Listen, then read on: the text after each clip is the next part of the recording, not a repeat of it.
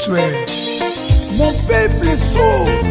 C'est le moment de stopper l'hémorragie de la souffrance du peuple congolais.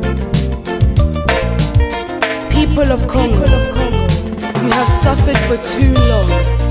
Stand up and make a difference. It's a time for change. Thank you, Derbinoka. Congo, Congo. Baseleki. Congo, Congo. Baseleki. Peuple azali kolela. Baseleki. Likola ba politicien ya moyibi. Baseleki. Likola ba politicien ya kanyaka. Baseleki. Congo, Congo. Baseleki. Congo, Congo. Baseleki. Peuple azali kolela. Baseleki. Likola ba politicien ya moyibi. Baseleki. Likola ba politicien ya kanyaka. Baseleki. Congo, Congo. Baseleki. Congo, Congo. Baseleki. La justice élève une nation. Mais comment la justice peut élever le Congo au moment où les députés, les sénateurs, les ministres gagnent plus que les magistrats? C'est pour cela qu'il y a la réjouissance de l'impunité chez les Koulouna en cravate. C'est le moment d'appliquer le principe d'isonomie. Mikolo nyonso koyoka masakre na Beni Ituri Minembwe kokende mikolo nyonso koyoka Bayibi ba million na mboka Bandela ezate Dele sage Miami Koba Peuple azali kolela. Aspect spirituel télévision vous présente Yasikana 4 RDC Slide Fight Championship. Pour nous participer, c'est facile. Ça la vidéo ya 1 minute. Pesa komo na yo, point na yo, HP commune. Au quotidien yango na WhatsApp ya numéro plus 44 74 40 46 69 64. Avec Slide Fight, ba million ya francs congolais et loko pamba. Bonsoir, Balande Mission, Question Time. Question Time, le peuple gagne toujours, le peuple souverain. Émission Bolingara Mingi, Lelo Lisusu, Nalaksaki Bino Stade Arsenal, Lelo Zali Lisusu, deuxième jour, Toye Lisusu na Stade Arsenal, parce que les Congolais, le Royaume-Uni, baza déterminé, il faut Arsenal, à 4 contrats na Rwanda, visite Rwanda, au baza kolate na Bavarese. Il faut parce que le Congo anglais va visiter dans loin des alités, va visiter le parc à Virunga, va visiter le volcan à Bisso. Il y a un peuple congolais a déterminé, va contrat parce que Mboko est allé Mboko à loi, est allé Mboko à corruption, va il y a un Tozalaki Awa, Bokola na interview, il y a Babundeli Mboka. Balobi makambu ebele bokolanda be marche ndenge esalami ndenge bandeko ba intervenir na lombango mingi tolanda marche ya ba combattant awa na Royaume-Uni.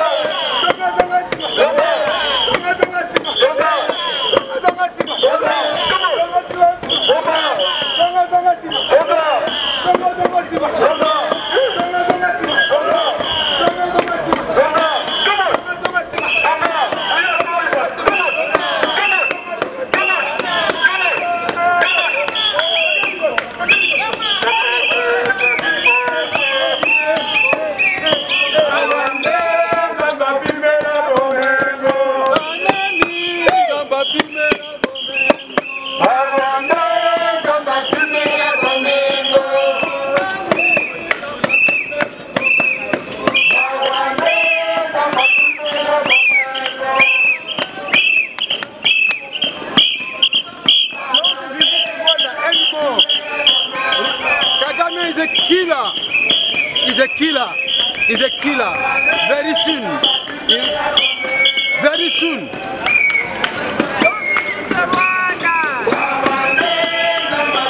Do you have anything to say? Why are you protesting? I don't think anybody should have to be sent back to Rwanda, and I don't think that Arsenal should be taking money to promote visiting Rwanda. I think Rwanda is a very dangerous place. People shouldn't visit, and nobody should be deported there. What about Kagame, the president? Kagame? Well, everything I hear, he's a human rights abuser, so that's a good reason why nobody should have to go there, and why people shouldn't visit there. Thank you.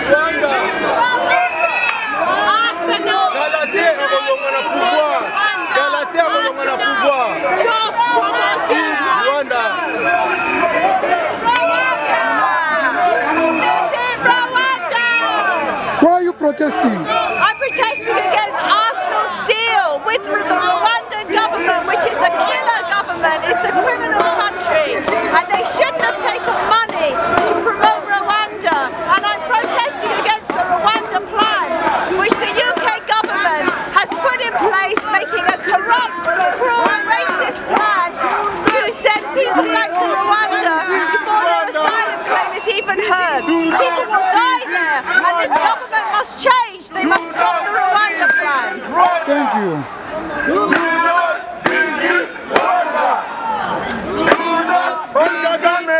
Congolese people. Do not visit Rwanda. Do not visit Rwanda. That's right. Do not visit Rwanda. Do not visit Rwanda. We do not visit Rwanda. Do not visit Rwanda. Do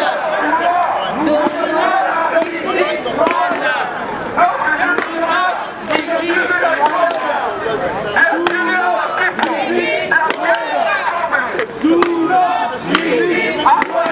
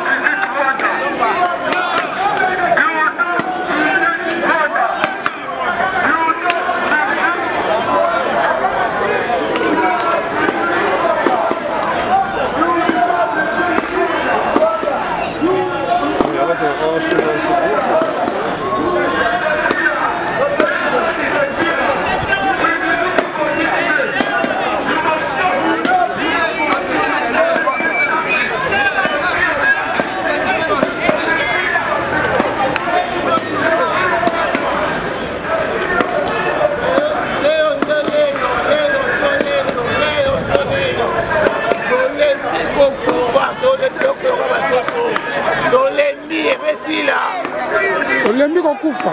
Olembi babo mamandeko na biso na ese yoko basoso. Badokata batumitu. Mais bazokata batumitu na este mais biso mona mboka député zo 21000. Siko yozo condamné ka bakata batumitu. Député baza ba complice bango nyonso na mwana.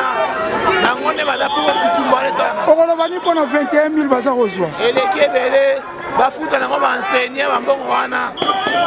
Enseigner dans mbongo muke. Ba weko vivre na bana ete 21 millions wazwa. Ba bazwa bana mike. Les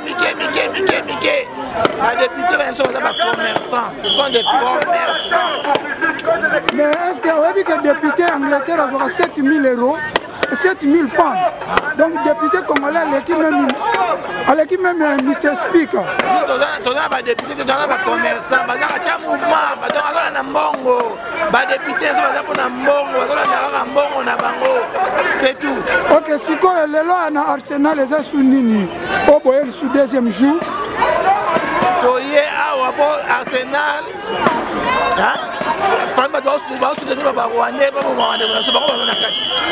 Ok, ça va.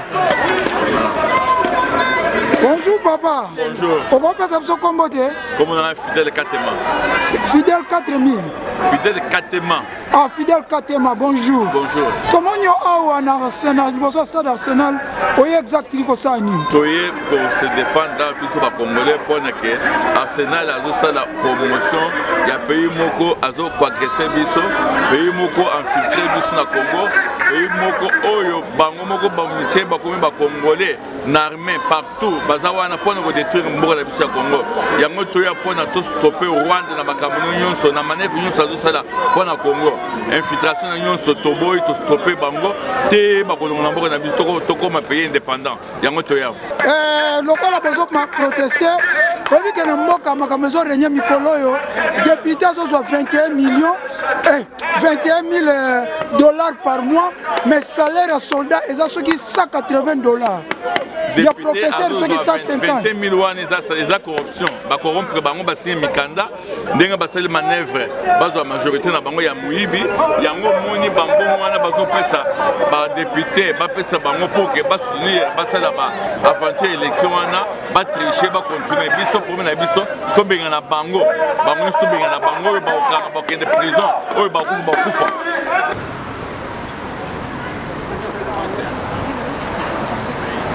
Ingata! Ingata! Ingata!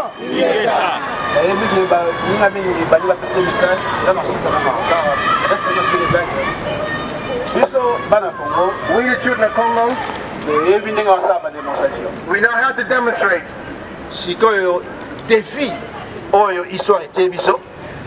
Our role in history today, il faut qu'il au-delà de la démonstration. we must go beyond demonstrations. Congolais nous faisons des tâches au quotidien. Each Congolese must know what they must do. What's their role? Chaque semaine des années. What is their role every week? C'est fait qu'il y a et c'est très très sérieux. We've got a big job to get there. Meeting, information. So Brother Louise is inviting people to come to a meeting to discuss all these things. Where are we going after this? What's the next plan? Merci. So we invite everyone to come. I'll give a leaflet. Thank you.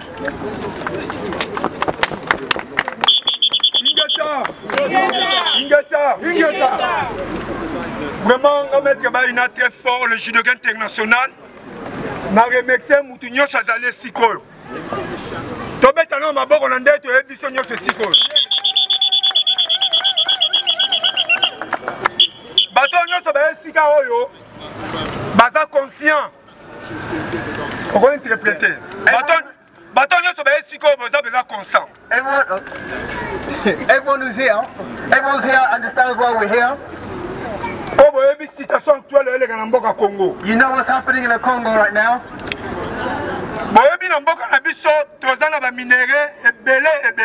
Many of you know that we have many minerals inside the Congo.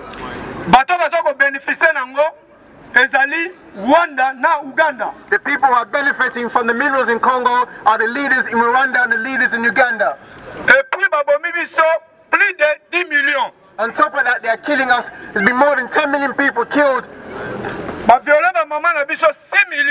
They've raped about 6 million African women in the Congo. We have more than 4 million children living homeless. Because of people like Paul Kagame who destabilizing Congo. That's why we're outside Arsenal Stadium. To say never will they support a killer in Arsenal. Non visite Rwanda. And we're saying don't visit Rwanda. If Arsenal doesn't listen to our demands, chaque mois devant des alas une fois. Every month we'll be here.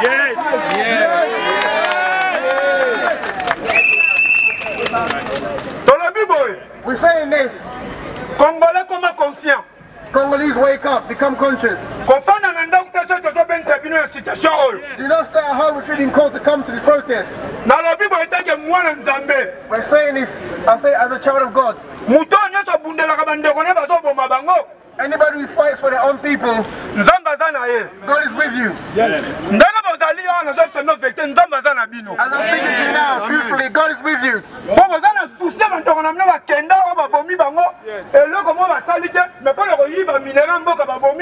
Okay, so God is with you because you're fighting for the innocent people who have been killed because of the minerals in Congo. Yes. I won't take too long. If Arsenal doesn't listen to us, we are determined to be here every month, once a month.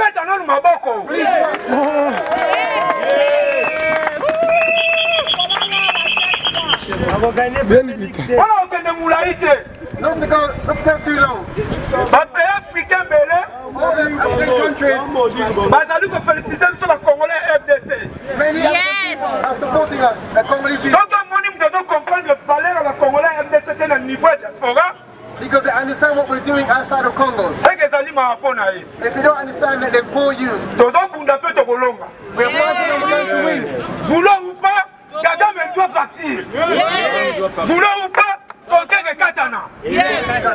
will be stopped. Come what may. Le judoka international Nasukiwana. Bonjour Ndego. Bonjour. Comment on a? Oh, comment on a Georges Espoir? Comment on a Georges Espoir? Georges Espoir. PC na Congo Brazzaville, na Zamo Bundelea, ya RDC na kacha Europe. Za on bino. To sisa makambo. Oyo wabanda to sisa. Bon ezali As TV elekaka na Kinshasa na Canal 36 TNT. Bazo lando pe na Brazzaville, message ni otinel ba na Brazzaville. Na zoti ndele bango message oyo toyebi bango maintenant baza maintenant na RCA ba groupe Kagame. Poko ba yaka na Kinshasa ba boma. Tshisekedi ba zo mabele bokosi tozala bino mayele. Mais na Congo Brazzaville mikolo yo ba plaquage zo sala matro ba soda ba komi ko plaquer batu ba soda ba komi ko koma batu o message ni no tindela bande ko na. Mais ezala kaka piège ba piéger ba congolais boke no bozo mbongo boke no voter Sassouna na batonaye après ba du bango encore mboko ba braquer bango ba du encore biloko wana ba pesa ki bango. Ezala bongo ka simple. OK, merci. Merci en tout cas. Ok, merci. Listen to all the women here. We're standing here for a reason. Millions of women have been killed in Congo. Also must know that God listens to the prayers of the women.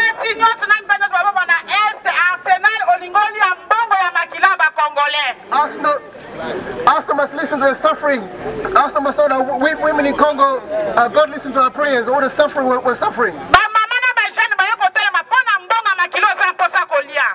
We are here because Arsenal is taking blood money.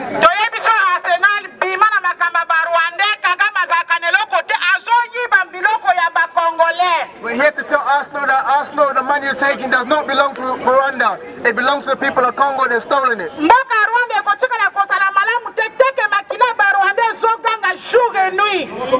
people are dying, Rwanda will not be in peace. When people are dying in Congo, Rwanda will not be in peace. All the rapes taking place by the Rwandan soldiers. All the children have been killed by the Rwandan soldiers.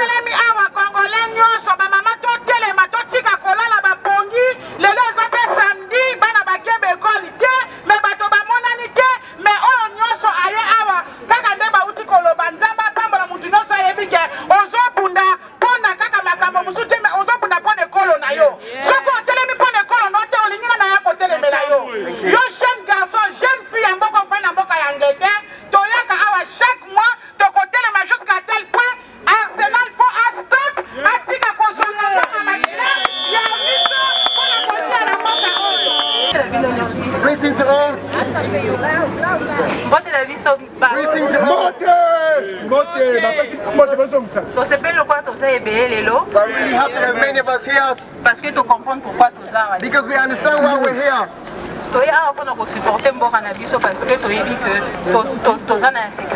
We're here to support our country because things are bad in our country.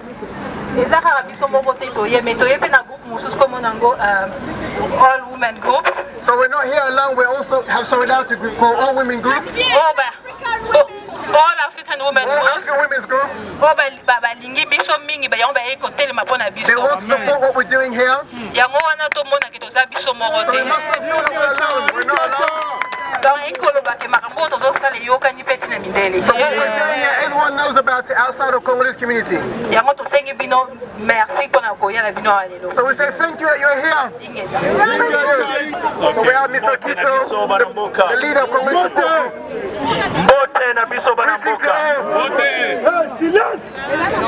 Merci mingi bandeko parce que ezali eloko ya mutu ya to sali lelo. Thank you all, we done something really good today.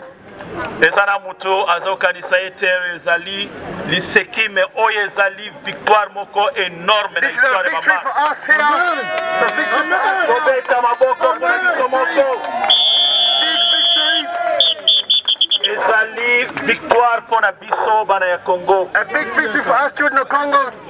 Tozali kolala pongite pour na mboka na biso. We're not sleeping. Lelo totelemi pour na tolobela oyo etali Congo.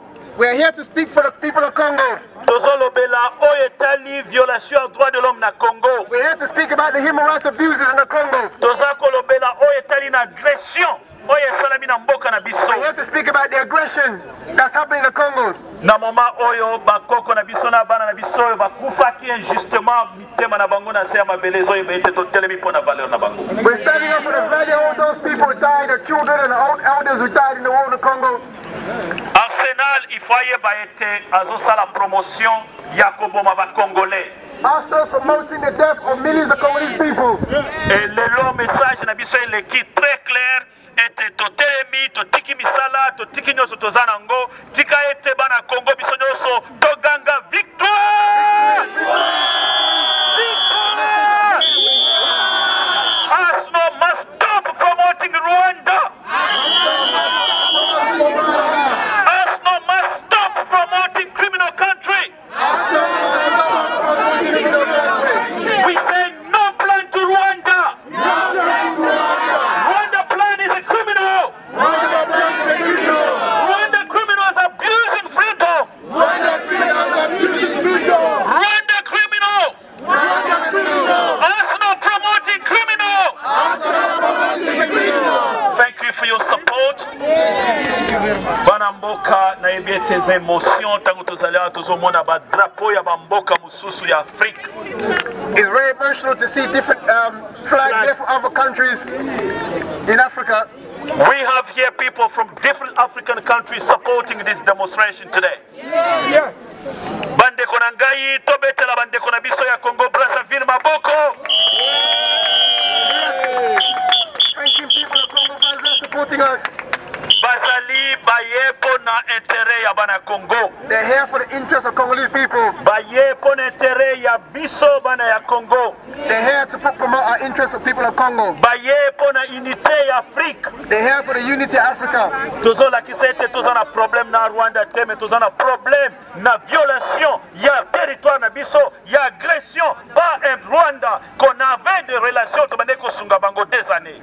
We are here to say we're not against Rwanda but against the occupation and aggression that's taking place in Congo by the Rwandan government. Et na plan ya gouvernement ya kostinda batu illégalement na Rwanda o izali pays moko ya genocide. We're against the British government deciding to send failed asylums or asylum people coming here, sending them back to Rwanda to apply for asylum there. Yes. Ezali plan moko ezali non justifiable.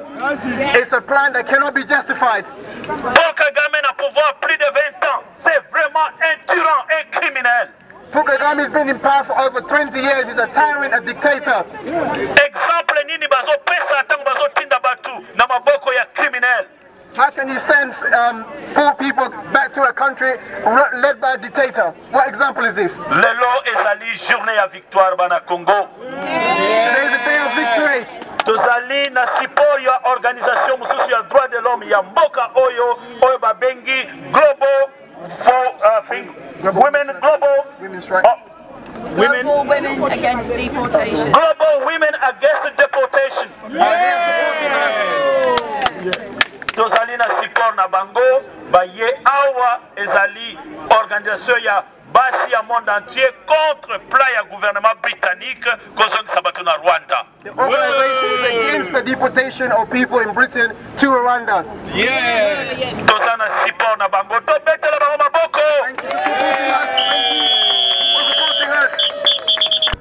Bonsoir, balande émission Question Time, mais à plaisir, toujours ton président Okito, président de la communauté congolaise na Grande-Bretagne et puis président de l'association Congolese Support. Bonjour président. Bonjour, c'est Pelemi Kozwayo, l'Issous Michonoka. Balukio fort na Congo, surtout peuple.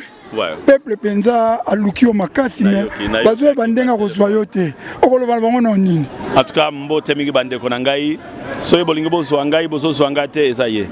Naza prêt pour Nabino. Merci mingi. Président Amemisi Ngambu, tokosa l'effort, on peut sa numéro de secrétaire, on a sa batuba contacter secrétaire ya Congolese Support. Ouais. Et puis toza na représentant na Kinshasa. Donc ba utako sala même réunion amunene mikole utoleka et kozala bien vraiment bandeko beaucoup tanana bango musale zo sala mamala mkona na Kinshasa. Nako stinda ba détail wana nyoso na opesa ngo na misho. En tout cas beaucoup zo ba détail bandeko na biso nyoso wana organisation na Kinshasa na représentation na biso ana poto beaucoup tanana ba secrétaire bazali. Merci ming président, le deuxième jour toyaki le 30 août koleka lelo lisusu toye pour Arsenal akata contrat na Rwanda. Ouais. Suite eza nini parce que yo muto solaka na ba chairman bato baza chargé ya makambo de l'équipe Arsenal. Suite eza nini na koyebisa peuple. Merci en tout cas Michaud parce que bandeko bayeba lelo que liboso avant le 30 juin to sala marche to kutanaki na ba konzi Arsenal. To sololaki na bango bayambaki biso kaka na stade na bango to sololaki na dossier wana comme il faut. Alors eloko toyokanaki na bango ezali ko faut ba stopper contrat ya Rwanda immédiatement parce que contrat wana ezali contrat ya Lukuta Rwanda zo participer eloko bana Congo ebele ba yebite lelo nazo yebisa bango oyebi bunangana na moment oyo depuis 1-23 ezwa bunangana tozo kokisa lelo presque 3 mois et le mal qui est là gouvernement ya Rwanda a outil cotine de la bana na Rwanda avec équipement scolaire. C'est très dangereux donc occupation économique officielle. Na moment oyo. Atindi na bundangana bazo yebisa bango na Congo te. Donc ezali ba élément moko eza très dangereux. Ya ona osenga na bana mboka esika bozali. Même kuna na mboka bozala na parole moko. Na moment oyo on parle l'intérêt de notre pays. Awa na poto tozomona awa division politique ezalaka te tango ekomaka intérêt national. Et ce qui na moment oyo le régime en place, exagéré par président Félix, na opposition exagérée par jusqu'à présent na Martin Fayulu na bandeko nyonso. Je vous demande bozala ensemble bo condamner immédiatement parce que occupation est commis officielle. Na moment oyo bunangana Rwanda a fait sa déclaration que alingi ko assister à l'école. Ça c'est très grave. Ezali théorie moko ya ko endormir biso po babanda ko leisa peuple wana ke baza prêt à disposer pour na assister bango.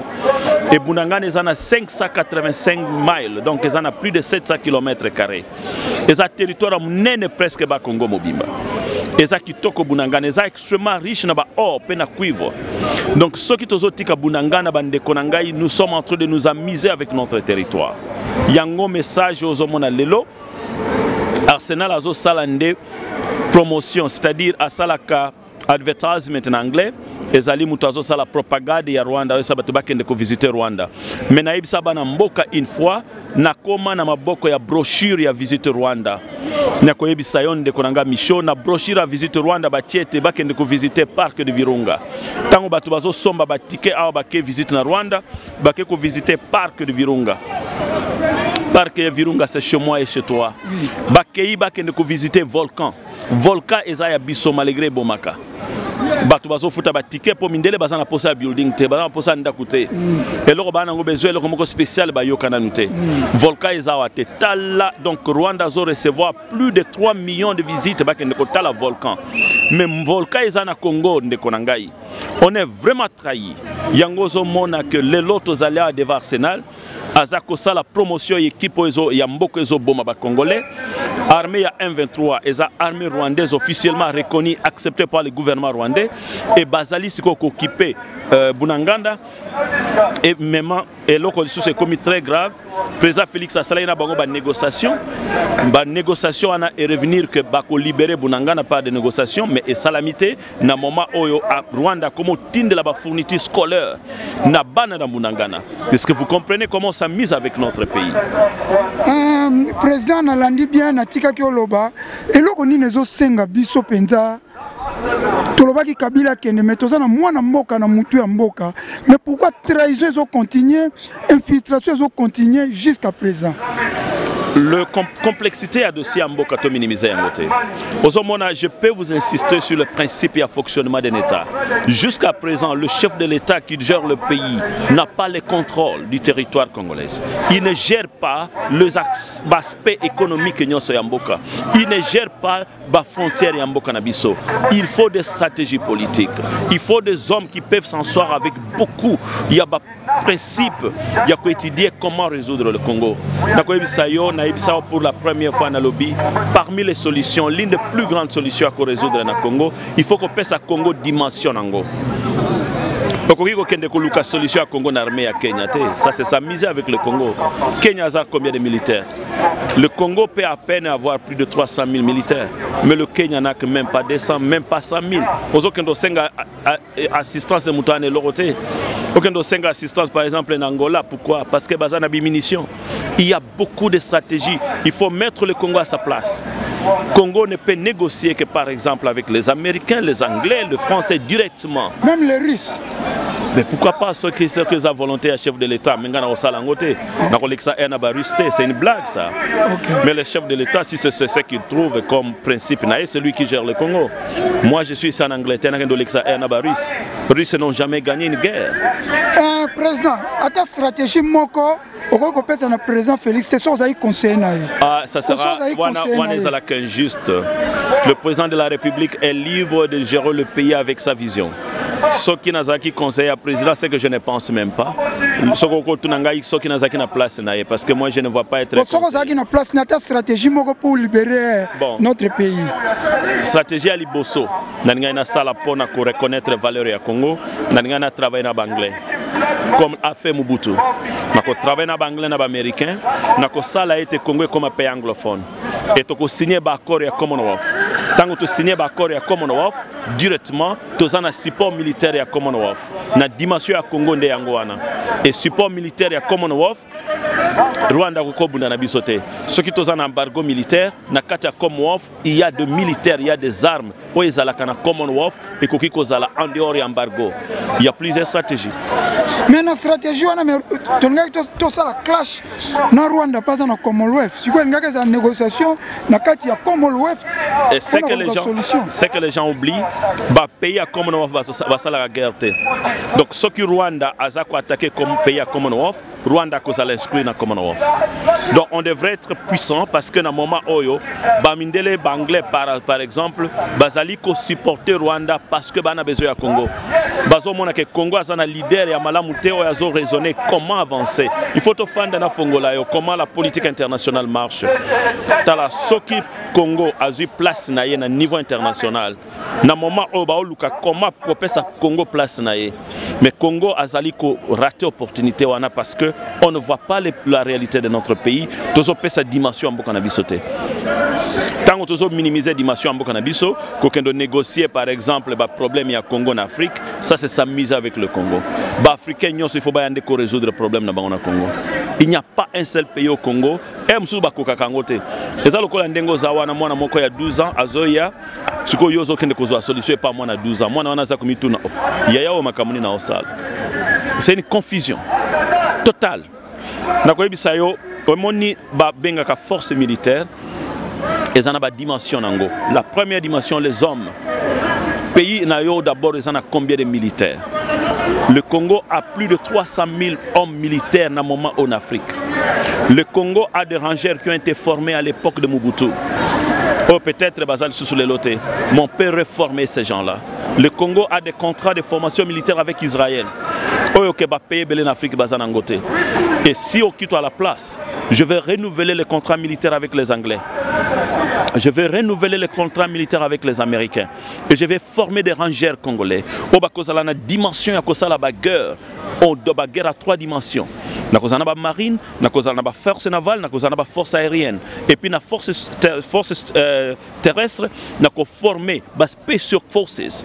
Au bas cause la à mesure ya ko tirer ba arme à plus de 3000 km. Et na ba montagne, je vais former des hommes forts. Je crois que c'est facile de gérer le Congo. On est en train de s'amuser. Est-ce qu'on manque les Congolais capables de faire ça? Tu manques, président, na yoki ba stratégie non mais nangaki na zoyo makambo régner sur le Congo. Mboka za ko tomboka, mboka ezali ezokende bien te. Salaire ya député normalement na ko tikote na moment oyo eza na $21,000 mais ngai na sali ba investigation salaire ya député anglais eza na 7,000 livres équivalent ya $7,000 salaire ya speaker eza na 12,000 livres 12 équivalent à $12,000 donc un député congolais gagne plus que monsieur speaker ya parlement plus grand et puis budget anglais eza à peu près na ba 300 milliards par an. Makamwana tango yoka kiango pona bi ko informer eloko nino kanisa ki sérieux peuple aza ko tomboka peuple aza ko sepela te contre ba Eli Yamboka na ko yebisa onde konanga Michaud soko moni bande kona biso ba elelo awa parce que les Congolais ont compris la valeur de notre pays. Mais il y a un, c'est-à-dire quoi? Tu as dit que nous avons 1 million de professeurs. Na 1 million de professeurs, tu as bango par exemple $500 par professeur. Tu as peut-être 560 ou 600 députés. Tu as bango peut-être na loba $300,000. Avec ça, vous avez déjà un budget. Mais est-ce que vous en avez? Moi, je crois qu'on s'amuse avec le pays. Vous me posez des questions que je n'arrive pas à comprendre. Niveau anate, vous me posez comme une question que ndekonangai ndengeni no koko koma liboso ibale mozana boatu ozasiko na yiko eloko akoyika boatu mais okomi kotuna ngoko banda ndengeni. OK, président. Nazongi soki ozalaki président de la République, est-ce que député alingaka zwa $21,000 tant que soldat zozwa $200, professeur zozwa $200? D'abord, un député, c'est un serviteur de l'État. Oui. Député, à cause de la salaire, à cause de la peine à service, à cause de la peine à bon financier, à cause de la abanda kokuta na batu, pe ko sala pe ba trentiana batu ko visiter batu, ba qu'est-ce qui se passe pour na ya ko défendre le parlement. Je crois en dehors de cela, il y a un budget de fonctionnement. Je crois que ça revient la responsabilité, il y a ministère, il y a budget de me présenter combien ça peut se faire. Il faut voir aussi le budget de l'État. Dans le moment où on s'amuse avec des discours, ce qu'on un député congolais est en train de gagner $21,000, mais on s'amuse avec le pays. Un député congolais, salaire maximum est comme $1,000. Parce qu'un enseignant ne peut pas différencier salaire et enseigner cause à la musique à un député. Moi j'enseigne ici. Ce n'est pas dévoiler le salaire dans le cas moi. Moi par an.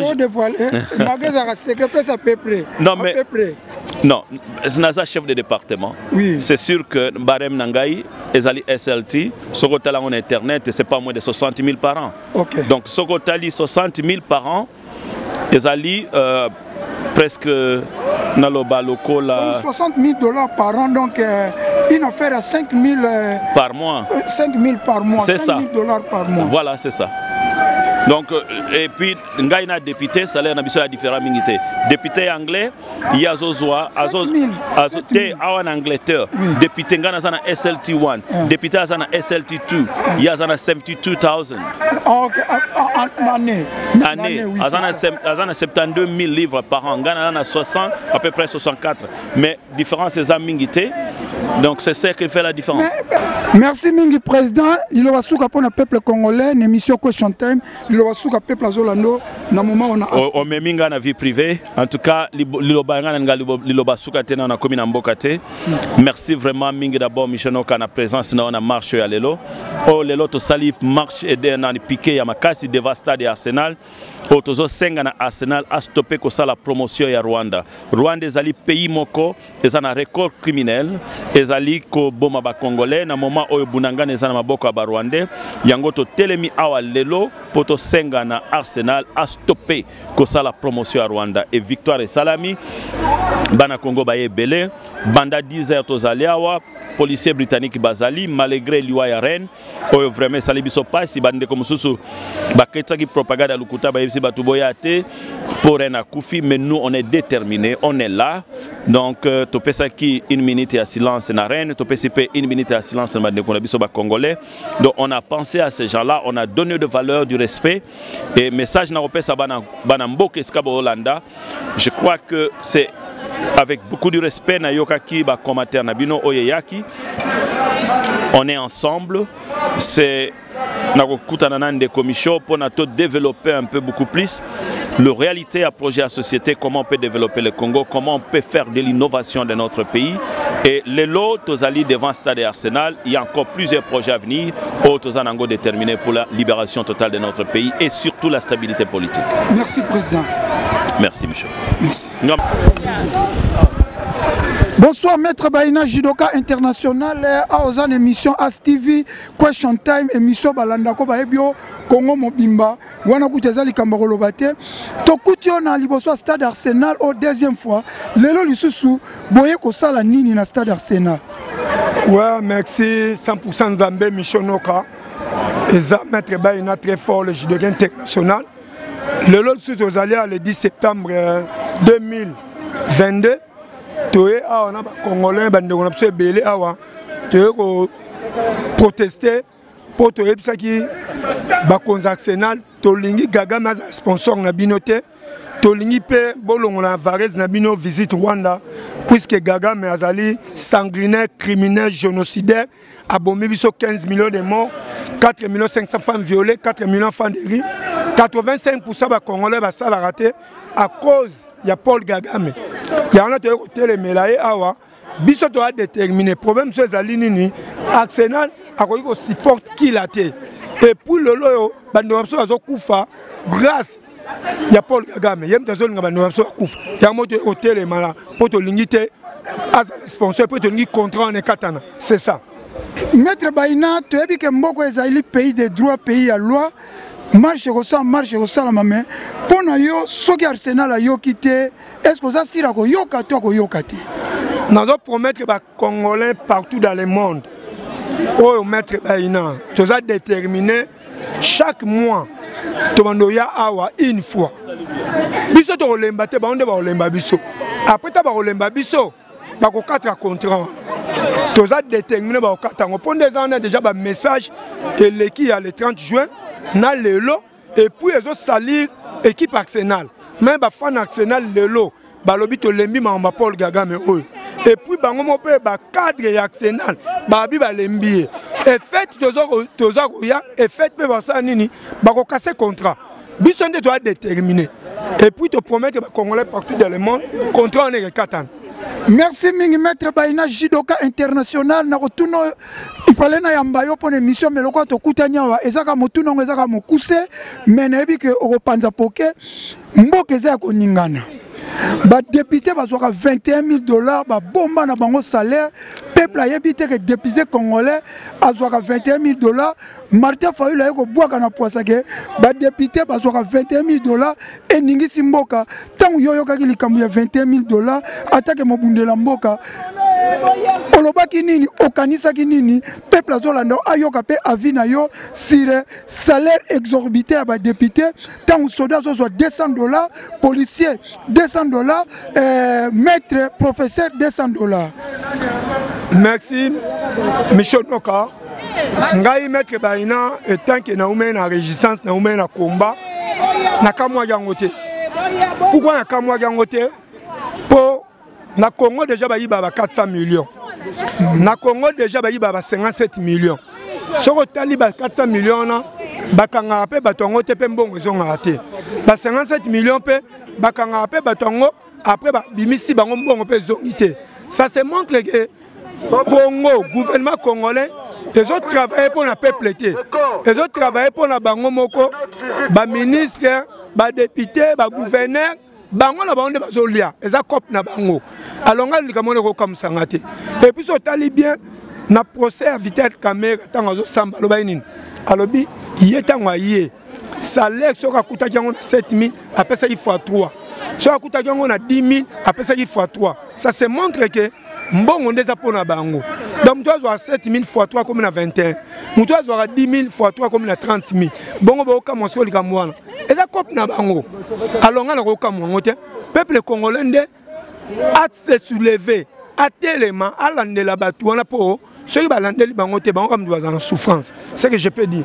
Merci mingi maître Baina na ebite soki eza likamso lingo loba pour lelo ezaka makama marche mais na ngai na tuno kama ba député na ebite yo moko so za likamoko lingo loba oyo oza nango adressé na peuple na ebi kolobi ka ba se soulever ba tele ba likamso ezali soki ezate to clôturer non likambo ezala tende likambo fezala OK to remercier bande nyonso ba yawa batiki occupation na bango batiki ba misala batiki makambo na bango ba yawa en tout cas balakisi nga baza ba congolais conscient ba congolais conscient de baza na bandako alors na remercier bango et puis tokosala lisusu je crois next month tokoya lisusu awa tokosenga na bandeko balanda message oyo baya ebele bana Congo mpe bazali kuna na RDC boyebaka biso tozosala effort to changer situation ya Congo et puis to promettre bino to changer situation ya Congo so to sisi mamba Paul Kagame to kota makama MONUSCO ndeni baboma bandeko na biso na Beni en tout cas tozana tozobundela pa bandeko na biso bazana na RDC Congo c'est que je peux dire. Merci ming maître Baina. Merci Michono. Merci. Bonjour. Okay. Bonjour ndeko nanga tokutu na marche liboso pesa kombo émission Question Time elekaka na Kinshasa ndenge za bazolanda na Congo Brazzaville na 19h mercredi lundi vendredi na 19h émission Question Time elekaka na Kinshasa za penza émission YouTube penza te proprement dit ya émission ya Kinshasa mais tochaka na YouTube pour na plateforme pesa na kombo nao. Merci ndeko ngakumulanga Donat Bukasakanda donc naza congolais à Kinshasa na bamboko yo en même temps pe naza soutien à Congo Support naza pe président du mouvement moko monango le mouvement pour l'éveil des consciences et la libération du Congo donc tozo bundelaka makambo itali mboka pe makambo itali retour ya paix définitive wana eza objectif na biso eza kimia na Congo RDC. Merci ndeko Robert.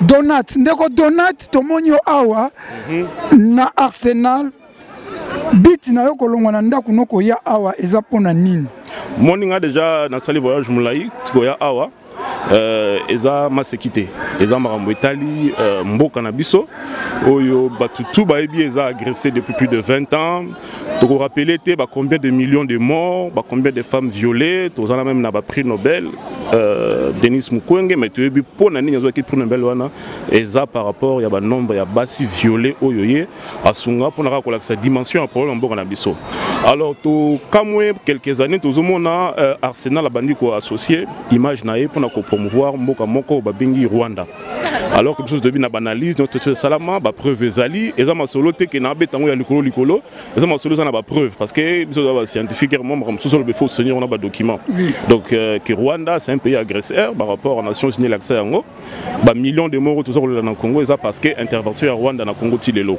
récemment to mona que le sous Rwanda na ba afide na ba M23 ba attaquer biso le sous ba boteli sous mabele bunaganda ba partie belé mboka eza sous occupation yemo kobi tamba ba basolo ba guerre ingol ba kono makile zo continuer kotanga bat bazo kufa basi baza ko continuer ko être violé donc toi a pour na relaxer message ko ipsa Arsenal eza plaidoyer très gentiment poliment pe eza conseil moro salvateur pour naie que a stopper soutien na eto partenariat o a créé na Rwanda parce que partenariat wana en quelque sorte eza pe ko chai na kati ya camp ya ba pays au baza ko agresser Congo donc c'est une organisation lelo qui est une organisation agresseur de la République démocratique du Congo à travers soutien à Rwanda. Merci mingi ndeko Dona. Nayoki osana mouvement na bandela kombo. Mouvement pour l'éveil des consciences et la libération du Congo. Siège nango eza. Bon, siège nango eza na Maroc mais eza un peu partout dans le monde. Partout dans le monde. Parce que zo ko rassembler ba Congolais nyonso. Donc on a libération au Congo. Effectivement. On libérer ni na Congo juste. Voilà, le fait c'est que on n'a pas ngaité.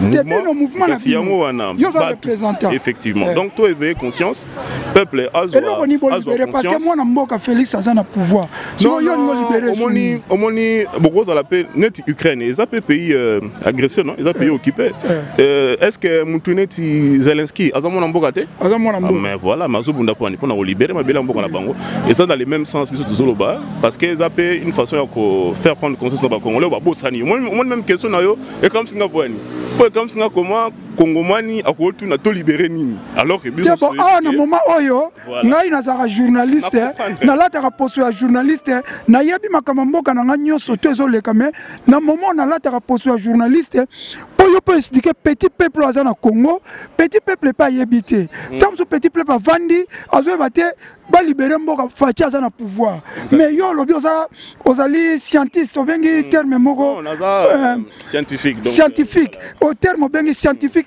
un scientifique oyebi belé par rapport na petit peuple yango mo na tuna ki motuna wana bon c'est trop dire koyeba ebelé mais zaka koloba ke non moi connaissance voilà moi muke otoyebi tozoluka to partager ngona baninga pe question eza malamu mingi po koloba que ils appellent qu'on rappeler peuple au bazar na katia Congo surtout ba fani bisika oyo Félix président Azali malgré président Félix Azali même aujourd'hui Bunagana est occupé c'est ça nous sommes obligés de libérer Minembwe puis Bunagana c'est ça merci et mettre fin à la présence ya armée étrangère sur na biso bon mon question lobi ya Félix n'est pas dans mboka mais mu taper si ordre que ba Burundais ba kota na mbele na biso talobi mix pona ya lobi eza ba Burundais ba koti ya lobi pona ko bengana ba force négative non moni bloc na Kabila sala on a 2000 je crois 9 est-ce que ba force négative ba FDLR ba longo na Congo voilà donc ils appellent en même temps qu'est-ce que ni nyango ya na sima ba Rwanda ba tika là-bas bazonga radio sauter conseil ni repesa na président Félix bon conseil na PC ça que il faut mettre fin parce que au début que makambo tolo ba lelo to komi M23 à côté le biso zape problème na ye mutageno le Kagame tant ozo ki pouvoir biso to commandé ni Kagame ya na stade des martyrs donc azape faire partie na problème aussi le Congo donc il faut mettre coin na ba à mettre fin plutôt na ba acquaintance na ye na ba Rwandais na ba Ougandais ba Burundais ba Touana et a bingana alongo l'infiltration na kati armée Alex Akaza penza congolais ya solo il y a que associé bana mboka poto bundisa mboka na biso to libérer mboka na biso to bundisa ba nguna parce que ti lelo Congo na nous te déclarer guerre na mboka moroté alors que yo heureusement na celui on dit celui qui veut la paix prépare la guerre oui. Donc il faut que nous à déterminer biso na ba moyen oui ezali paix a déclaré que non Congo est en guerre peut te répondre guerre wana ndenge sengeli parce que aussi longtemps que toza ko jouer na ba demi vérité donc non te problème ezara na Bunagana problème ezana ba M23 biso motebi que c'est pas les M23 les Nations Unies ba américains ba ebi keza ba armée rwandais bazolo tabatina ba M23 donc c'est une guerre d'agression est différente d'une guerre de rébellion traitement dans nos ndenge moroté alors que traitement au Félix azo pesa makambo le kana mito c'est comme si il s'agissait d'une guerre de rébellion alors qu'il s'agit d'une guerre d'agression donc réponse c'est pas une réponse disproportionnée. Donc il faut à proportionner réponse par rapport à la menace sécuritaire aux Anamito Oyo, ce qui veut dire une guerre d'agression qui dure depuis 25 ans. Mais une question, comment va le Congo va tête trop le pays souffre donc na comprendre en côté ba tête na Congo mais pourquoi na Congo il y a des intellectuels ils ont fait des grandes études mais mboka zo mboka bazoba bazoko sakana biso lokola pays moko ya bazoba pays moko bien conscient c'est ça je ne cesserai jamais de le répéter et ça faute na biso moko à l'interne toko ko blâmer ba pays voisins mais ba pays voisins bazo profiter kana faiblesse na biso à l'interne faiblesse na biso autrement c'est quoi c'est eux que toza on a très peu de patriotes. Tous les bateaux bazota mingi intérêt na bango, ce qu'on appelle les intérêts catégoriels par rapport à des causes. Alors ce que fait tout ça là, il faut tout comme défenseur de causes parce que les causes rassemblent le peuple et les intérêts les divisent.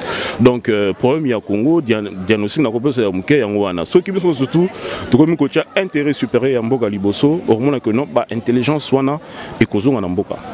Vous comprenez parce que na pesoka moi comme muke, on avait un élément neti Madunda là ni sala ki ya kufa parce que bato msusu bachaki ba intérêt na bango liboso yé azako cha intérêt ya mboka tellement intérêt na azako cha ya mboka et maintenant ça qui ba intérêt personnel ya bato na ba au commandement armé nde ba elimina kaye Donc ce que j'ai dit, bah preuve. Merci monsieur Donald Ozapenza, Oza Maele Mingi, salinga plaisir. Nga so na kuta na bata Maele, ya obalingi mboka pe bas intelligent, ba question ba samaka parce que na kana posa question suka poto kabwana na yo. Mboke uti ko ningana. Oui. Na uti ko sala émission banakin, na pesi bino d'investigation na sala ki bino banakin, na episa bino salaire à député anglais c'est $7,000 équivalent en dollars. Pour biso livre sterling, président, il y a parlement anglais. Même niveau Namboso, mais c'est Speak à Gagnaka, 12 000 livres. Aujourd'hui, 12 000 livres, c'est presque $12,000. Donc, un député congolais gagne plus que le président, il y a parlement, il y a anglais, mais c'est Speak. Un député gagne $21,000, alors que barème salarial, il y a soldats, il y a maître, il y a professeur, et on a $150 à $200, et Caruana.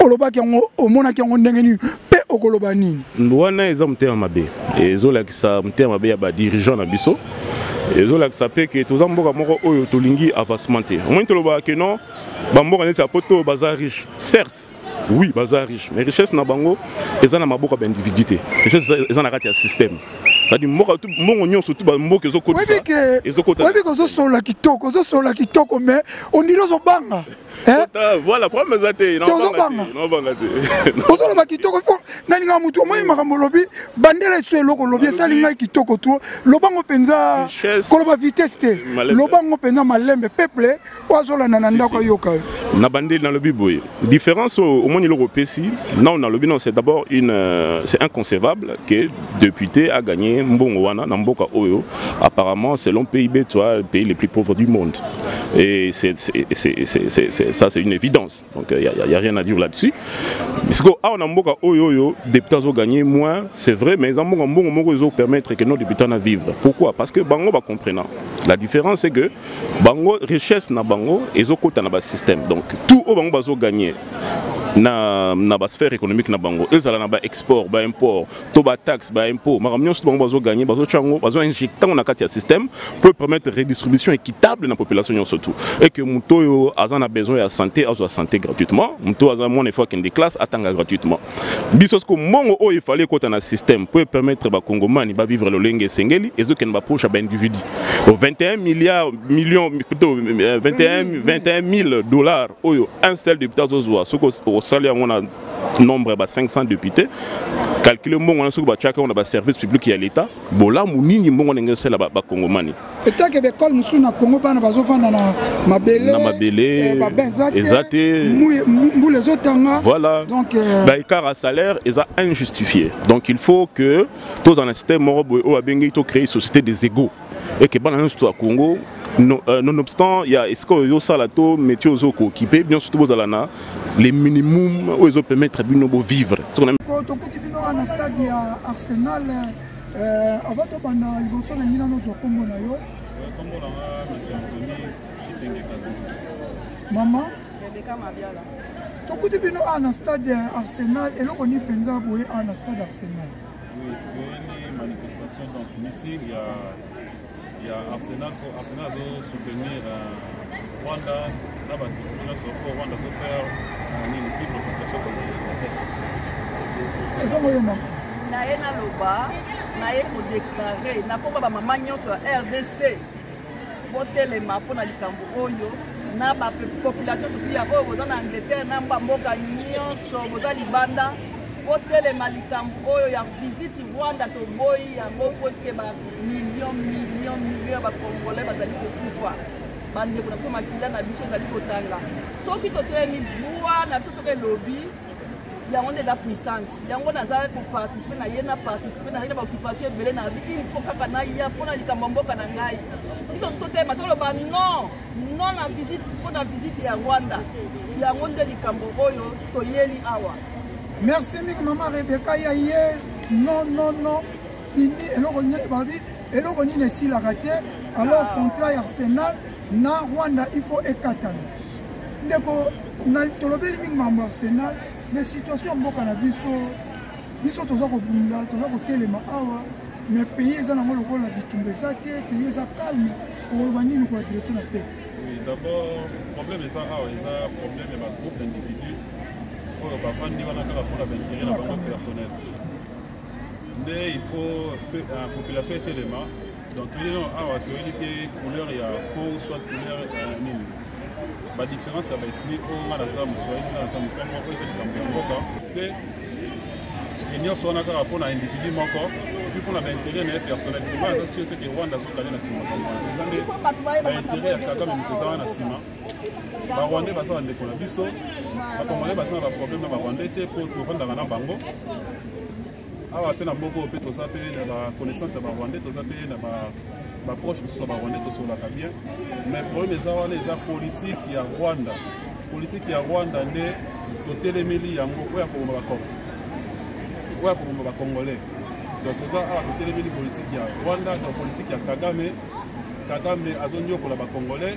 balalaka lisusu pongi te bakongolais batangaka lisusu te bazolia lisusu te mpona mutu moko donc mutu moko azangisi population mobimba pongi nde yango lelo toyaki totiki baoccupation na biso baoyo basalaka misala batiki misala na bango misusu batiki bana na bango batiki mibali na bango toye kotelema awa mpona likambo oyo etali mboka ata centimetre moko tokotikela yango rwanda te donc politique wana ya rwanda ya kotangisa makila ya congo mpo akende kose blanchir liboso ya nini ya liboso ya barelation mosusu arsenal totelemeli yango mpe tolingi yango te. Merci mingi totelema oyo tolingi yango te motuna esuka na kotuna yo Congo grand pays les Zaïre ya Mobutu oyo akokisi 25 ans que son âme repose un peu depuis atika biso mais comment lelo Mobutu azalaki konyata ko défendre l'Afrique ba Tchad ba Rwanda mais lelo pourquoi biso tokomi lokola bazoba devant Rwanda Congolais comme zoba Congolais comme faible devant un tournoi na bengo tournoi mboka moya moke bon eloko pesa wana na nsima ba puissance occidentale ebele baza na nsima ya Rwanda outrement toza na États-Unis na UK donc Grande-Bretagne toza na France bango nyonso wana nde bazotindaka Rwanda donc Rwanda akomi lokola police moko boye bango batie donc gendarme ya États-Unis na bapuissance mosusu la puissance occidentale na Afrique mpo bango bayibelaka ye baminere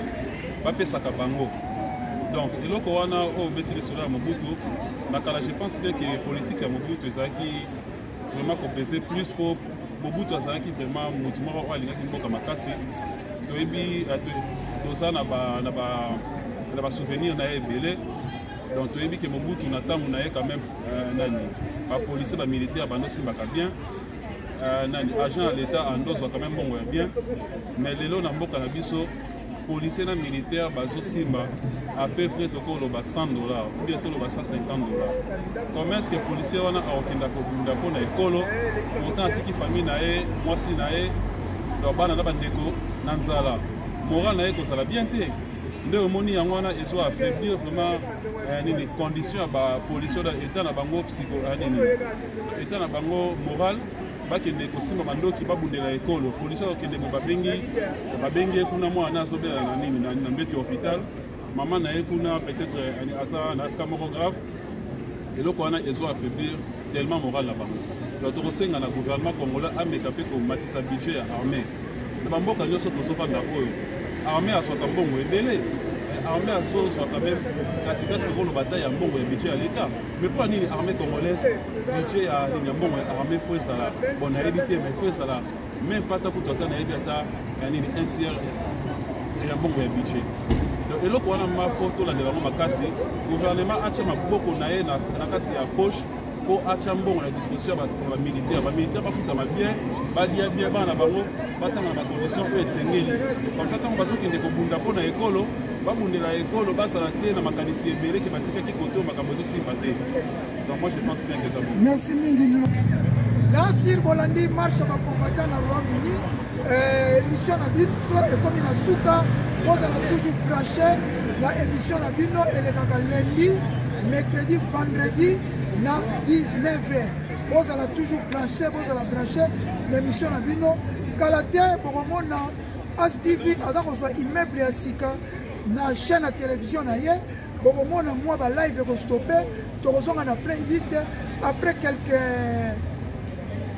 quelques mois tokozonga na émission na biso ya direct boyebi nasukisaka toujours na prière kosambela mpona mboka na biso nde nakobondela mpona mboka na biso nzambe tata nzambe na bomoi nzambe na nguya nzambe na elimo santu natiki mboka na biso RDC na maboko na yo natiki peuple congolais na maboko na yo nzambe tobeleli intervention na yo na domaine nyonso tu nzambe telemisa congolais libéré congolais telema mpona libération ya mboka na biso natiki baye nyonso tu baza malade baza na problème ya cancer prostate baza komitungisa mambongo bopito eza te nzambe loboko na yo ezali mokuse te loboko na molai je déclare la guérison na mutu nyonso azolanda nga na nkombo na Yesu Kristo nde tokutani mbala nsima même heure lundi mercredi vendredi na 19h kobosana te redivision ezali lundi mercredi vendredi na 12h et puis samedi na dimanche nde tolobi biso nyonso amen. Aspect spirituel télévision vous présente Yasikana 4 RDC Slide Fight Championship. Pour participer, c'est facile. Ça la vidéo ya 1 minute. Pesa komo na yo, point na yo, HP commune. Au quotidien yango na WhatsApp ya numéro +44 74 40 46 69 64. Avec Slide Fight, ba million ya francs congolais et loko pamba.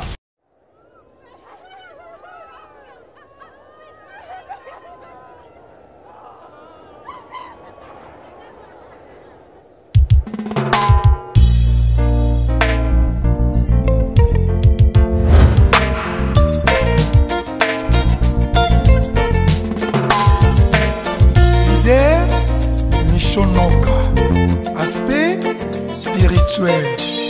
Mon peuple souffre. C'est le moment de stopper l'hémorragie de la souffrance du peuple congolais. People of Congo, you have suffered for too long. Stand up and make a difference. It's a time for change. Thank you, Derbinoka. Congo, Congo.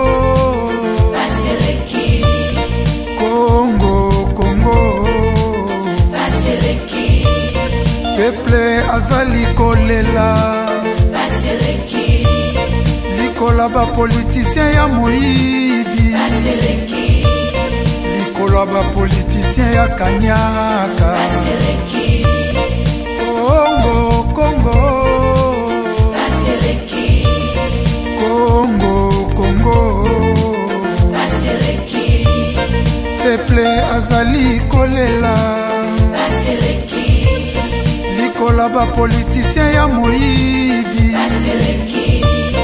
likola ba politicien ya kanyaka Congo Congo Congo Congo. La justice élève une nation. Mais comment la justice peut élever le Congo au moment où les députés, les sénateurs, les ministres gagnent plus que les magistrats? C'est pour cela qu'il y a la réjouissance de l'impunité chez les Koulouna en cravate. C'est le moment d'appliquer le principe d'isonomie. Mikolo nyonso koyoka massacre na Beni Ituri Minembwe kokende mikolo nyonso koyoka bayibi ba million na mboka banzela ezate dele sage Miami koba peuple azali kolela baseleki likola ba politicien ya moyibi baseleki likola ba politicien ya kanyaka baseleki Congo Congo baseleki Congo Congo baseleki. Oui, Paseleki. Les politiques traitent les militaires les policiers, les enseignants comme des animaux. Regarde seulement les barèmes salariales, timides, sèches, maigres. Il faut stopper cette hémorragie de la souffrance. Mikolo nyonso koyoka massacre na Beni Ituri Minembwe kokende mikolo nyonso koyoka bayibi ba million na mboka kolia ya pasi kelasi hôpital ya biente Congo Congo Basileki Congo Congo Basileki peuple azali kolela Basileki likola ba politicien ya moyibi Basileki likola ba politicien ya kanyaka Basileki Congo Congo Basileki Congo Congo Basileki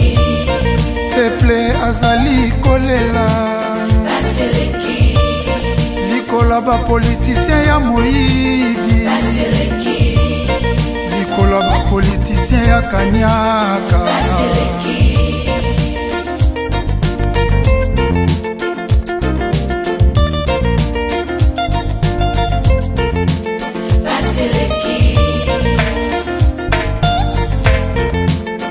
Peuple congolais, listen, écoutez, yoka, nazo bimisa biloko sikoyo.